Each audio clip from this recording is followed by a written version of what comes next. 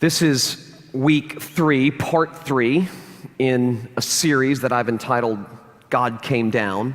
It's appropriate, I think, at this time of year as we're heading toward Christmas in this Advent season, to think carefully and to think deeply about who Jesus is and what he came to do.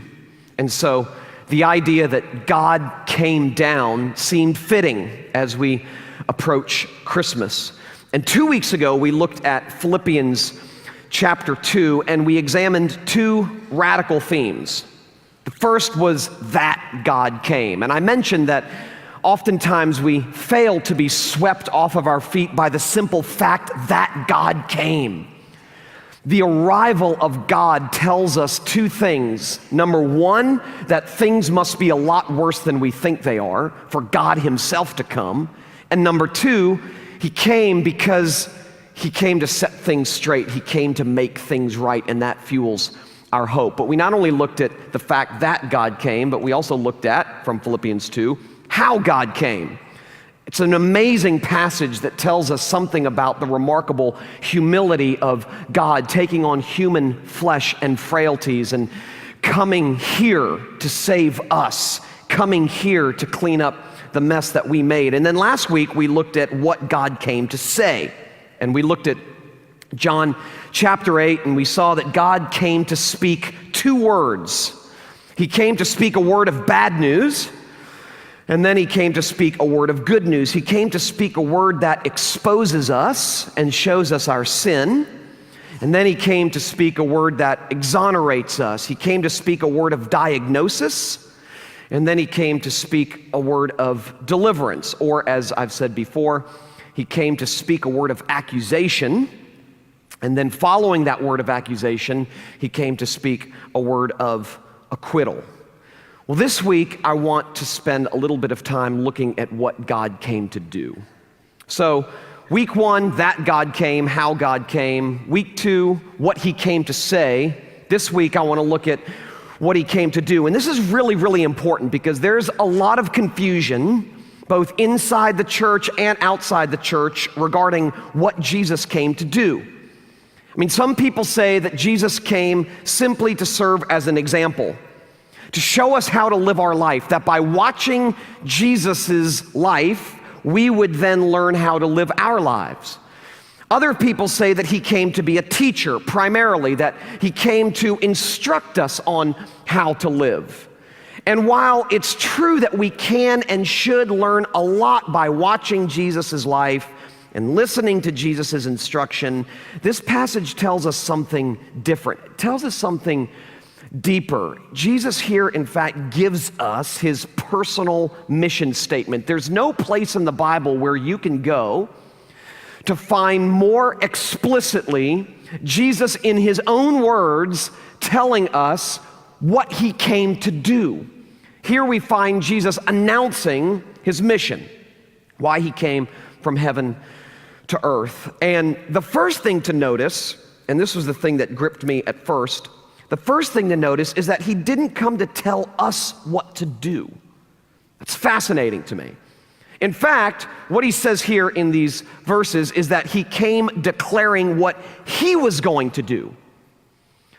His mission, in other words, was not to come and give us a divine instruction manual so that we can live our lives here and now. He came to announce what he had come to do.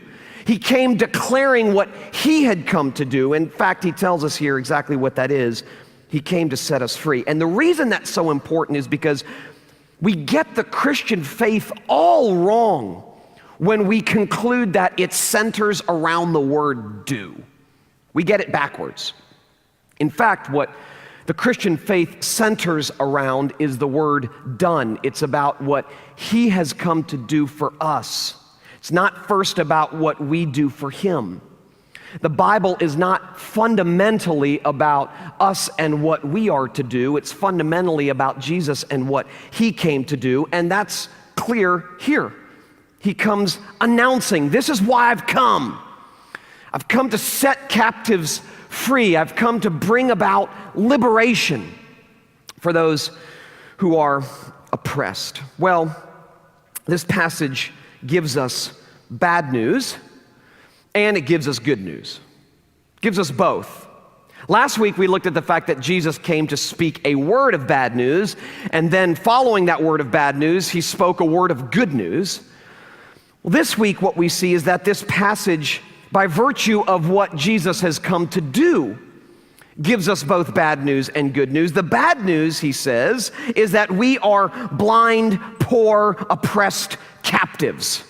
That's the bad news. We're going to look at that in a minute. It's very, very difficult for us to digest. It's very, very difficult for us to believe Jesus' diagnosis about all of us here in this passage. We want to think that we're not blind. We want to think that we are absolutely free. We want to think that we are stronger than we are, but Jesus makes it very, very clear here that we are, all of us, blind, poor, oppressed captives.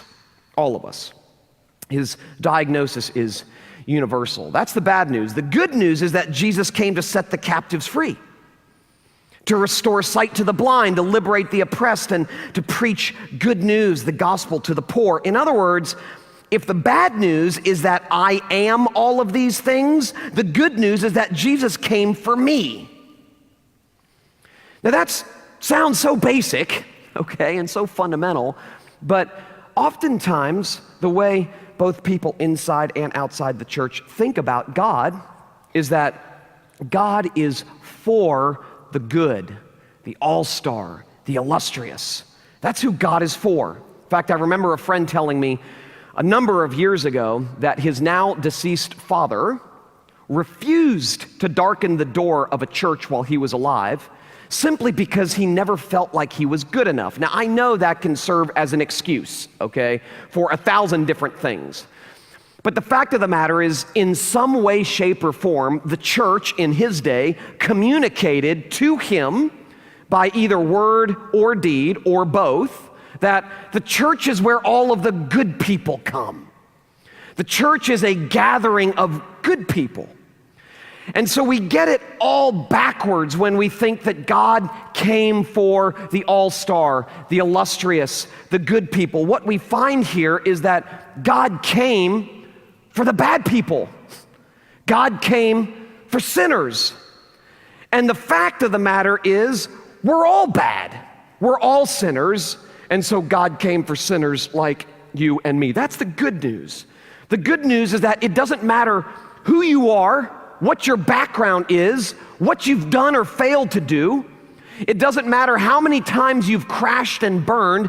God came in the person of Jesus for people like you. God came for train wrecks. God came for failures. God did not come for the successful. He came for those who have crashed and burned. He came for the failures. He came for the ones who did it all wrong, not the ones who think they're doing it all right. That's the great mystery of the gospel. Isn't it true? I mean, this is how I ended up getting back to church, having grown up in a Christian home and growing up in church and going to a Christian school and being surrounded by Christian people, and then at 16 years old, running away from it all. And for me, this idea that God came for the weak, for those who have crashed and burned. God came for the failures. God came for those who were broken. That was the message that lured me back to the fold. That was the message that lured me back to God, this idea that God is long-suffering, that He's amazingly and infinitely patient, that the hound of heaven continually tracks down sinners like me. It was that picture of amazing grace that God used to draw me back to Himself. It's the kindness of the Lord, the Bible tells us, that leads to repentance. And so there are two things here that I want to look at briefly. One, I want to unpack this idea that we are captives, because in a sense, I want all of us in this room to deeply feel our captivity. Regardless of who you are, I want all of us to feel our captivity, because if we don't feel our captivity, if we don't deeply feel our slavery, then we'll never be swept off of our feet by this Jesus who came to set captives free.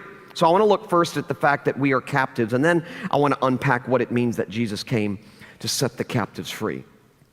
First, we are captives. This is very hard, as I mentioned, for us because we are good at ignoring our enslavement. Really, really good at this. We're really, really good at ignoring our enslavement. I mean, we're convinced that we are free.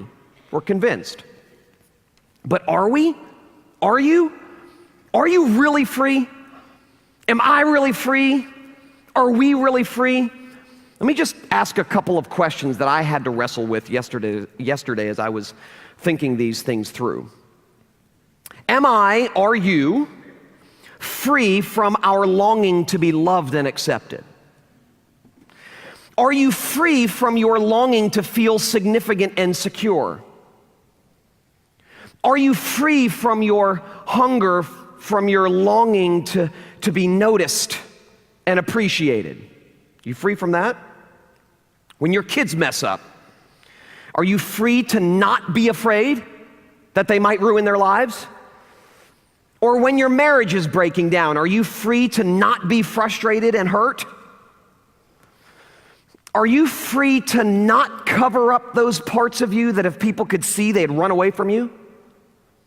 Are you free, in other words, to not hide, to not pretend, to not wear masks? Are you free from your fear that you might never get married, or that you might never measure up in your dad's eyes, or that you might never become or accomplish what you had always hoped, or that your spouse might never understand you and truly love you for who you are? Are you free from that stuff? Okay, when you begin to identify slavery under the surface, when you begin to probe a little bit deeper, and you begin to unpack under the surface captivity, you start realizing maybe I'm not as free as I thought. Maybe I am captive in some ways. For instance, when you get defensive every time you're criticized, it reveals how enslaved you are to being right. Okay, and don't tell me you don't get defensive when you're criticized. I get defensive when I'm criticized every time.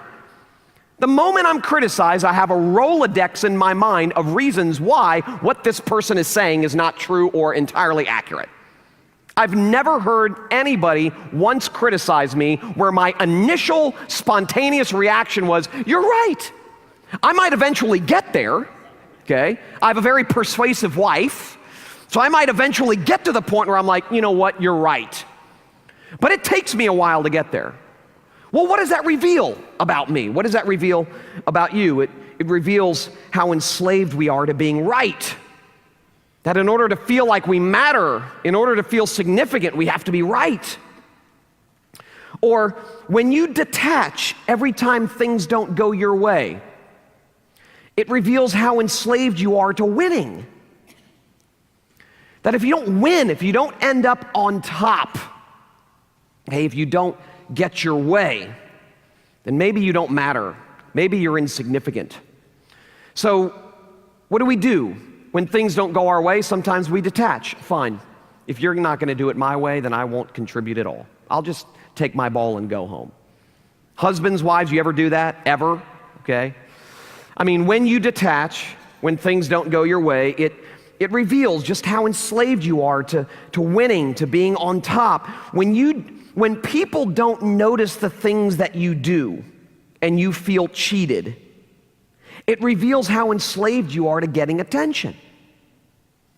Okay, I mean, when you work hard or you do something that you desperately want people to notice, because if they notice it, you might feel more valuable. You might feel more significant. You might feel like you're not worthless. Life might take on new meaning. When people don't notice the things that you do and you feel cheated, it reveals how enslaved you are to getting attention. Okay, so when you start looking at slavery and captivity like that, then you begin to realize, okay, when we get down to it, we're really not free. We're captives. If you begin to evaluate not just what you do, but why you do it, why did you buy the car that you bought? Why do you wear the clothes that you wear? Why do you pursue the things that you pursue? Why are the things that are important to you, why are those things important to you?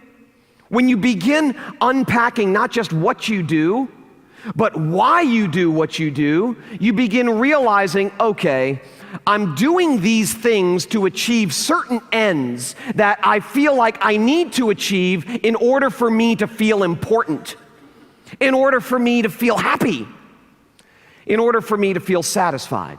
So I'm enslaved to those things. I have to serve those things if I'm ever going to amount to anything. I mean, we live in a culture of absolute, unabashed slavery and captivity. I mean, life is hard. We all feel the pressure to get it done, to make something of ourselves, whether it be a successful career, a good marriage, a respectable reputation, or children who turn out okay. We want to get it right. We need to get it right. Our meaning and our freedom depend on getting it right. And we feel that pressure. The burden is heavy and the yoke is hard. So much of our own sense of worth is anchored in what we can do and who we can become, and it's killing us. So much of our own sense of worth is anchored in what other people think of us. That if other people think well of us, I will think well of myself. That if other people don't think well of us, if I'm not impressive to other people, then I'm not impressive to myself. I am therefore radically unimpressive. Okay? I mean, one of the things that I'm trying to do each and every week is to get you to look beneath the surface so that you can come to terms with your real need. Because until we come to terms with our real need, until we allow God's first word to diagnose us and to show us just how sick we are, we're never ever going to be swept off of our feet by this hilarious grace that comes our way minus our merit. We'll never ever be swept away by God's unconditional love, by God's one-way love that comes to train wrecks like us. We'll never see our need for it.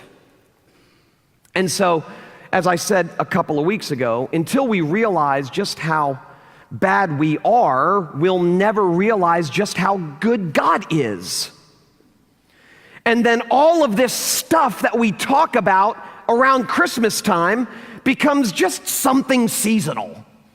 Just something we celebrate because it's part of the season, instead of realizing that this is a big deal. I mean, the fact that God himself came. Why did God come? He came because there is no way, as I said in my prayer, that you and I would ever be able to do for ourselves what God alone can do for us. Outside help needed to come in order for us to experience the rescue and the freedom and the liberation that every single one of us longs for, and that every single one of us is looking for in 1,000 things and people smaller than Jesus. And so this is really, really important. This is precisely the place where Jesus' announcement that he came to liberate the oppressed and set the captives free becomes good news. This is where it becomes good news. This is where it actually starts sounding good. Because when we begin coming to terms with our own internal captivity and the impossibility of freeing ourselves, no matter how hard I try to detach myself from those things that enslave me, I can't do it. You know, I mentioned a number of weeks ago, and this is, of course, always embarrassing to admit, but I mentioned a number of weeks ago that when I wrote my first book, I checked my Amazon rankings at least 5 times a day. I mean, at least 5 times a day. And it was amazing how something as stupid as checking my Amazon rankings impacted me. I mean, on days when it was closer to the top, I felt like a remarkable success. On days when it dropped, I felt like a failure. No one's gonna listen to a word I say. I'm a failure, you know? Remember the piano player on Sesame Street? You remember that guy? He could never get the song right, and he would always just slam his head against the keys and be like, I'll never get it, never, you know? It's the way I felt, you know? Just by checking something as stupid as Amazon rankings. Well, it's amazing to me. You point out those things, or you discover those things in your own life where that's true of you. For parents, a lot of that's wrapped up in your kids. If your kids go according to script, you feel like a success. The moment they start messing up, you begin feeling like a failure. So much of your identity is located in how your children are doing. So much of your identity, so much of your own sense of worth and value is anchored in what other people think of you. If other people think well of you, you feel great. You feel like a success.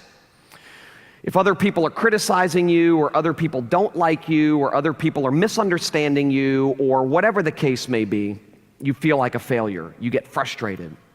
Well, this is the captivity into which Jesus has come. This is the slavery that Jesus has come to set us free from. And it's our helplessness before the devastation of our own captivity that creates the space for God's amazing grace and the freedom it produces. Okay, I mean, let me say that again. That's really, really important. Our helplessness before the devastation of our own captivity, the inescapable idea that I can't set myself free, that's what creates the space for God's amazing grace to come into your life and set you free. I mean, the mystery of the gospel is that we meet God not when we do it right, but when we do it wrong. I mean, that's my testimony. I didn't come to see my desperate need for God because I was knocking it out of the park when it came to life. I mean, I was at the end of my rope.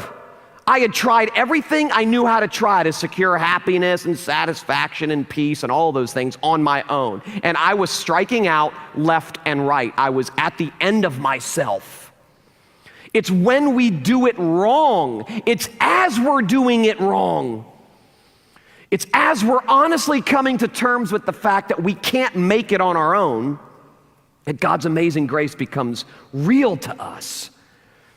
That God's amazing grace becomes functionally real to us. It's not just some theory, but it becomes our functional lifeline in life. Well, Jesus said, I've come to set captives free. It's into this hell of slavery and captivity that no matter how hard you try, you can't detach yourself from. It's into that I've come to liberate the oppressed. I mean, it's only when we ask the question, free from what?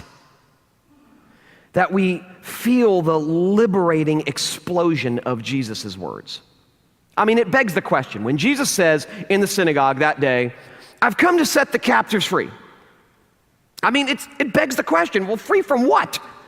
Okay, I mean, what exactly is he come to set us free from? He came to set us free from the pressure of having to make it on our own, free from the demand to measure up, from the burden to get it all right, from the stress of trying to fix ourselves and fix other people and fix our circumstances in order to be happy and secure. He came to liberate us from the slavish need to be right and respected and regarded and rewarded.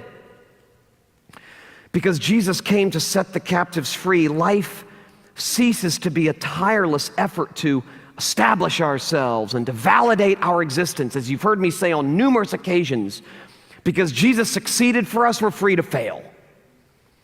Because Jesus won for us, we're free to lose. Because Jesus was someone, we're free to be no one. It's that kind of freedom that Jesus brings. Jesus frees us from anchoring our meaning in successfully impressing people and appeasing people and measuring up for people and proving ourselves to people. That's what he sets us free from. He not only sets us free from locating our identity in what other people think of us, he sets us free from locating our identity in what we think of ourselves. That's where most of us feel our captivity in the most acute way, what we think of ourselves. I mean, we wake up every morning, and for the most part, we do a pretty good job of getting the world to think something about us that's not entirely true. I mean, none of us leave the house every day open and willing and desirous for everybody out there to know everything about us. Because if they did, if they could see what was going through my mind, if they could see what was in my heart, if they could see the habits that I have when nobody's looking, if they really, really knew me, they would run for the hills.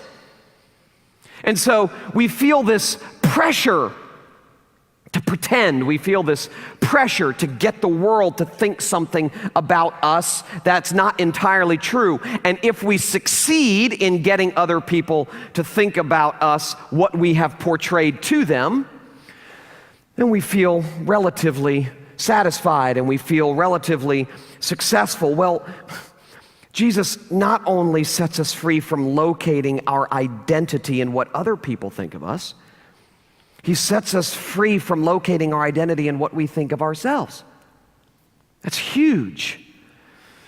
He sets us free from the fear that if we don't make something of ourselves, our life is a failure. That if we don't find the right person, if we don't have the right kids, if we don't get the right job. I mean, so many people that I talk to are living their life to prove themselves to someone. Okay, proving themselves to someone.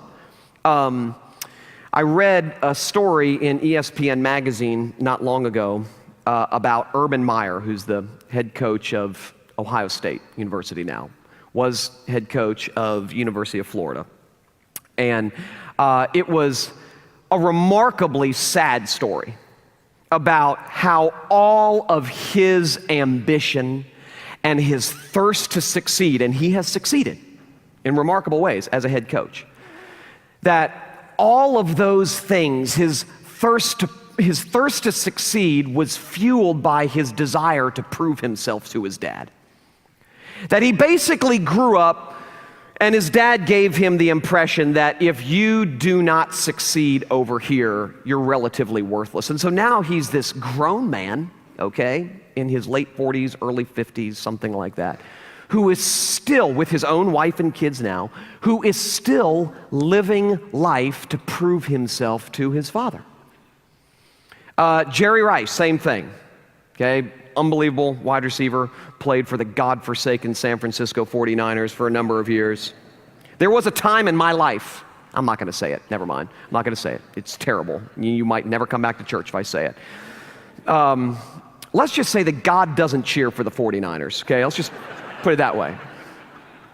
You know the old story, why in Texas Stadium there was a hole in the roof? You know that story? So God could watch his favorite team, the Dallas Cowboys, play. For those who follow NFL football like I do, who are obsessed with NFL football like I am, who bow at the idol of NFL football like I do, then you'll know that back in the early 90s, there was this heated rivalry between the Cowboys and the 49ers, and for the most part, we ended up on the better side of things. But the story of Jerry Rice is very similar to that of Urban Meyer. Remarkably successful. Unbelievably successful. In fact, when he gave his Hall of Fame speech, when he was inducted into the Hall of Fame, he basically said this much: I have become what I have become because I have spent my entire life trying to prove myself to my father.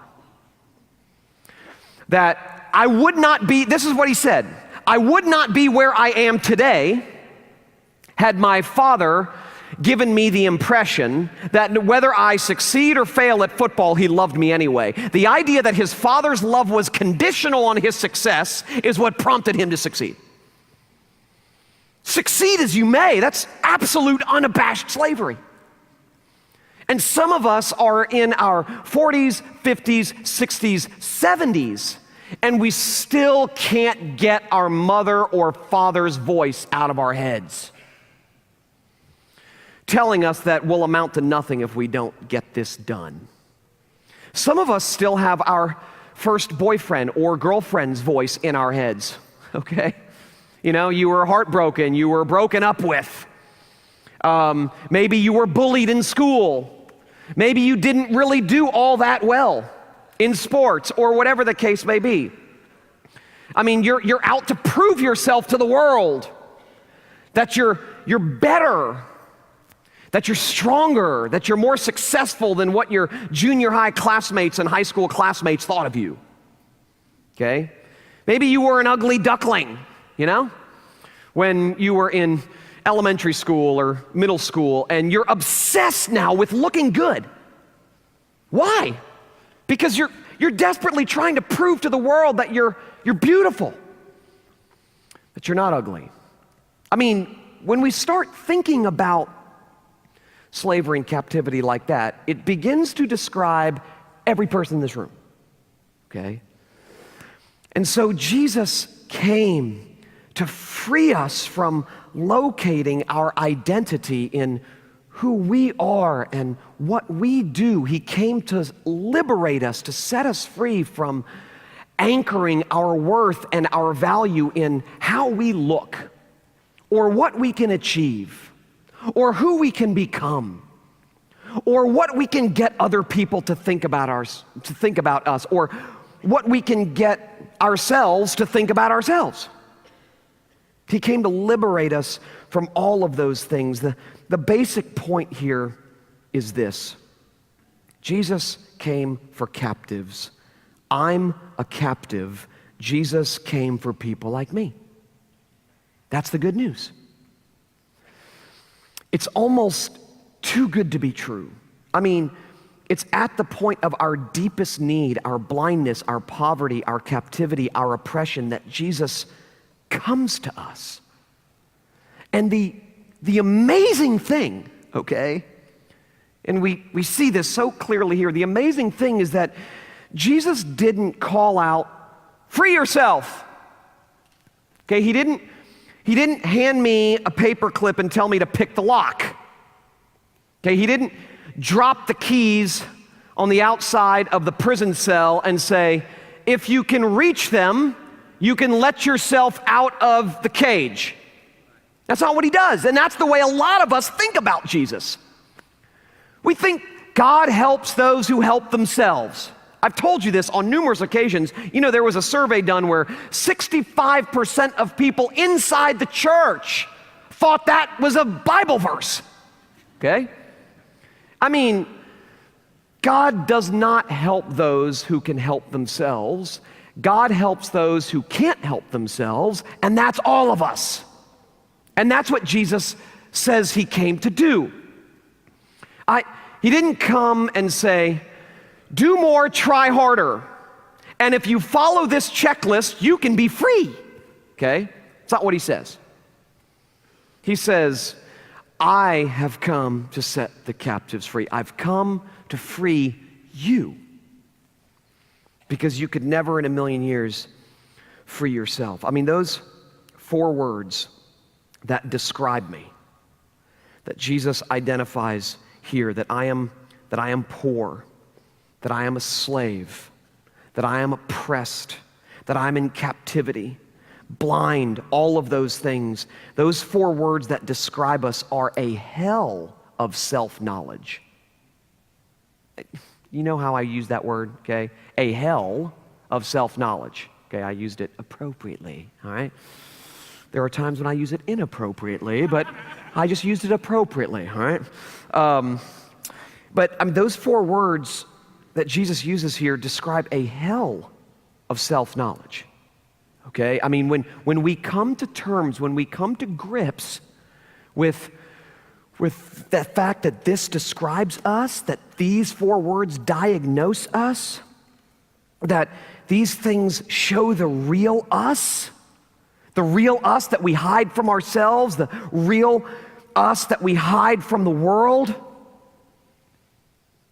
but then realize that it's precisely into this hell, this real world of problems and pain and fear and insecurity, that Jesus comes and declares his mission: good news, liberty, sight, welcome forever.